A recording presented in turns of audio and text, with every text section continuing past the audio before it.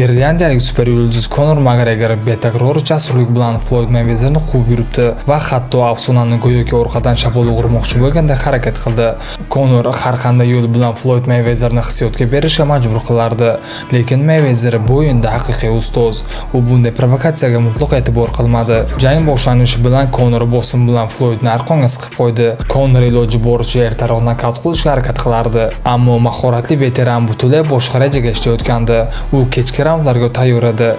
Floyd bir necha og'ir zarbalarni qabul qildi, ammo bu faqat vaqt masalasi edi. Mayweather asta-sekin bilan Conorni charchashini kutdi va nihoyat o'sha lahza keldi. Floyd qotil rejimini yo'qdi. U oldin tanaga zarbalar yo'lladi, so'ngra xuddi o'sha zarbalarni boshga ko'chirdi. Har bir zarba tobora og'irroq bo'la boshladi. Irland jangchisining quvvati tugab borardi. 10-raund tugatish ssenariysi.